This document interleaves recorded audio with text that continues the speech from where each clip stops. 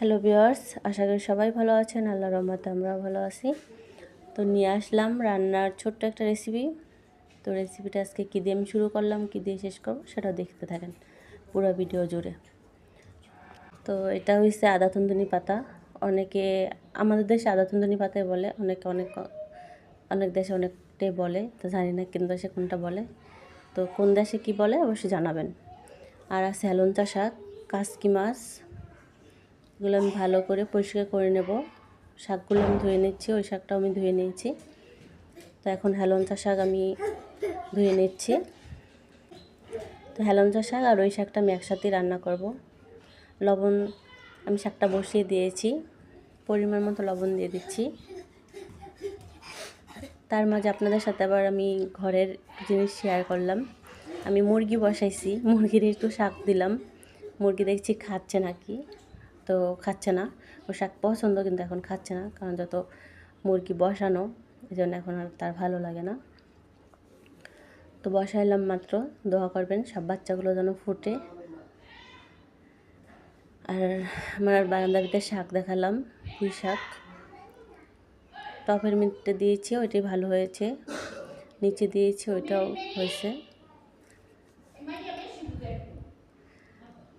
তো এই হচ্ছে আমার বারান্দার বাইরের শাক। তো কেমন লাগলো, কার কাছে কেমন লাগলো অবশ্যই জানাবেন কমেন্টে। আর এটাকে বলে টাকা পাতা নাকি অনেকেই বলে। তো আমি পানিতে দিয়েছিলাম, পানিতে অত সুন্দর হয় নাই, মাটির দিলাম। তো আমার এই যে ছেলে খেলা করতেছে বারান্দার ভিতরে, ললিপপ খাচ্ছে আর দুষ্টামি করতেছে আমার সাথে সাথে। তো এখানে আমি পেঁয়াজ মাছগুলো কেটে নেব। মাছগুলো আমি পরিষ্কার করে নিয়েছি, আবার আমি ভালো করে বারান্দা নিয়ে পরিষ্কার করব। এখানে আমি শাকটা তেলে দেব, তেলে যাওয়ার জন্য তেল দিয়ে দিলাম, পেঁয়াজ মাছ দিয়ে দিলাম। শাকটা আমার সিদ্ধ হয়ে গেছে।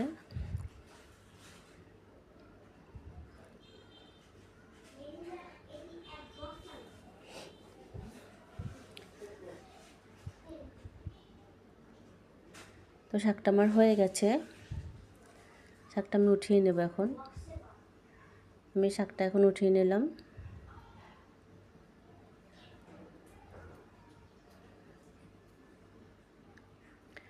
তার কাতকি মাছটা আমি এখন মাখিয়ে বসিয়ে দেব।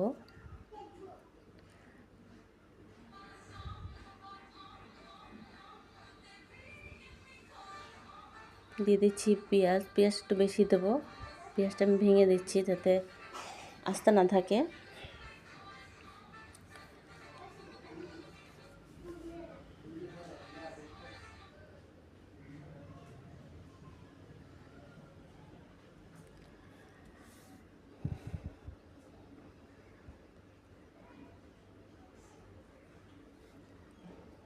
কাঁচামরিচ পেঁয়াজ দিয়ে দিলাম। এখন দিয়ে দেবো আলু, আলু টমেটো আমি দিয়ে দেবো।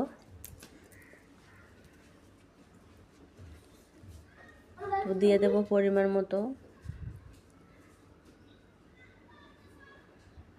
লবণ। আগে আমি রসুন দিয়ে দিচ্ছি, রসুন বাটা দিয়ে দিলাম। লবণ দিয়ে দেবো। এখন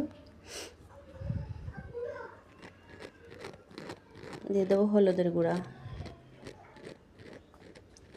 সামান্য পরিমাণ মরিচের গুঁড়া দিয়ে দেবো।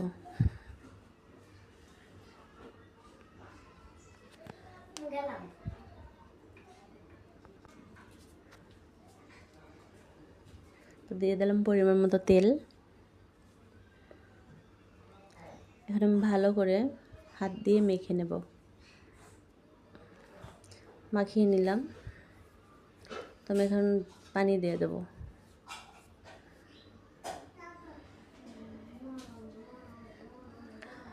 তো জানি না রান্নার রেসিপিটা আপনাদের কাছে কার কেমন লাগবে। যদি ভালো লাগে অবশ্যই কমেন্টে বলবেন, খারাপ লাগলেও কমেন্টে বলবেন। আশা করি খারাপ হোক ভালো হোক অবশ্যই কমেন্টে উত্তরটা দিবেন যে কেমন হয়েছে, ভালো হয়েছে কি না। তো যেমনই হোক না কেন ভিডিওটা লাইক কমেন্ট শেয়ার করবেন।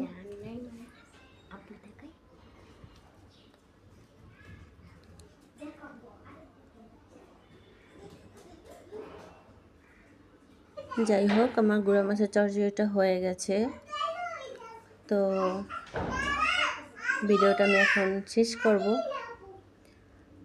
অবশ্যই পাশে থাকবেন, ভিডিওটা শেয়ার করবেন। আল্লাহ হাফেজ।